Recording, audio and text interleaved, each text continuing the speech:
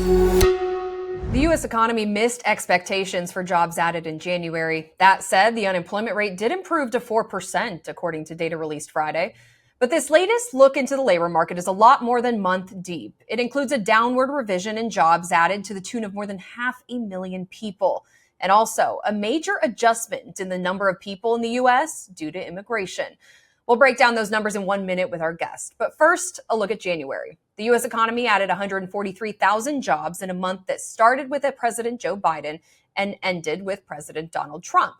That number is below the 170,000 jobs expected. The Bureau of Labor Statistics said the devastating Southern California wildfires had no discernible effect on the labor market.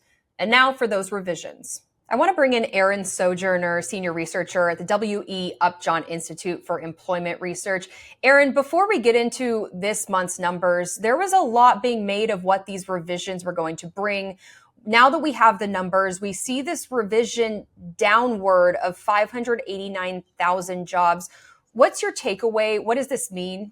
The revisions really just reflect the fact that we've gotten better information over time than we had right away. And it doesn't really change the story. Job growth has been slower than we thought from the payroll survey, but it's been stronger than we thought from the household survey. And the weird thing is that they had been diverging from each other over the last year.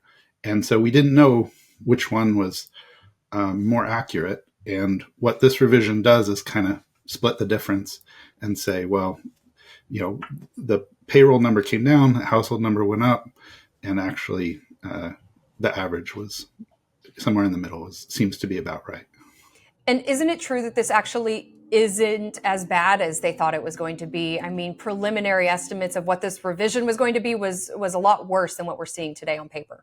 I mean, it's certainly a lot of jobs. 500,000 is a lot, but there are over 150 million jobs in the economy. So it's a very small share that we're talking about. It's a rounding error on some level.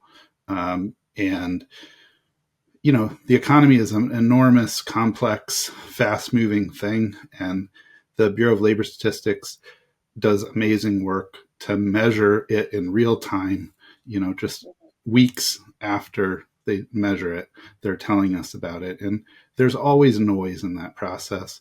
And the great thing that they do is they tell us their best estimate right away. And then they get better data over time from administrative sources. And they go back and they say, we're going to update our estimates based on this slow but more accurate information. And that's what the revisions are about. And I think it's more important to pay attention to the trends and how the trends are changing than the levels. Job growth did look particularly fast over recent years. And, but we still added 2 million jobs over the last year, even by these more accurate revised numbers, which is still quite a fast pace of growth, given the high employment rates that we have right now. One of the things that stuck out with me with this latest report is the revisions to November and December in particular. We're looking at more than 100,000 jobs revised up for those 2 months, which was just showing a much stronger labor market than we previously thought. Yeah, those were already, the estimates we already had were very strong growth. And they revised them up, as you said, by 100,000, which, even puts a more of an exclamation point on it, that the job market is still very strong. And, maybe it's not quite super strong as we thought, but it's actually very strong. Employment rates are quite high. We have a lot of people who are older now, like the baby boomers are retiring, and employment rates fall as people enter those ages. We have a lot of people entering those ages. So, that's downward pressure on labor supply. But, things are happening, and people are finding jobs, and wages are rising faster than prices. So Yeah, are you surprised by the wage numbers that we got for this latest payroll data? Average hourly earnings increasing 4.1% on the year. That's a pretty hot clip. What does that do for what the Federal Reserve is looking at doing later? I mean, what is this telling us about the labor market? Yeah, wages are growing faster than prices, but we are seeing some price inflation. The strength in the labor market makes it less likely that the Fed will cut rates and provide more acceleration to the economy. Um, we see consumer prices starting to creep up again, some price inflation coming back. Uh, and that's, I think, a very worrisome sign for the Fed. Um, so, wage growth alone is no problem. Yeah, let's talk about the other major revelation that happened in this report, which is we knew this was coming. They were going to be revising the population numbers. And if I can pull up my notes here, we can see that the adjustment in the US population for civilian, non institutional population, age 16 and over, that's how they word it, is up by 2.9 million. When we look at the adjustment for the civilian labor force, it's up 2.1 million. How do those population provisions, adjustments, how do they impact the labor picture? And are we surprised that the unemployment rate is ticking down? We have had a surge in population in recent years, a lot of immigration. And so this is like bringing that into the estimates in a substantial way.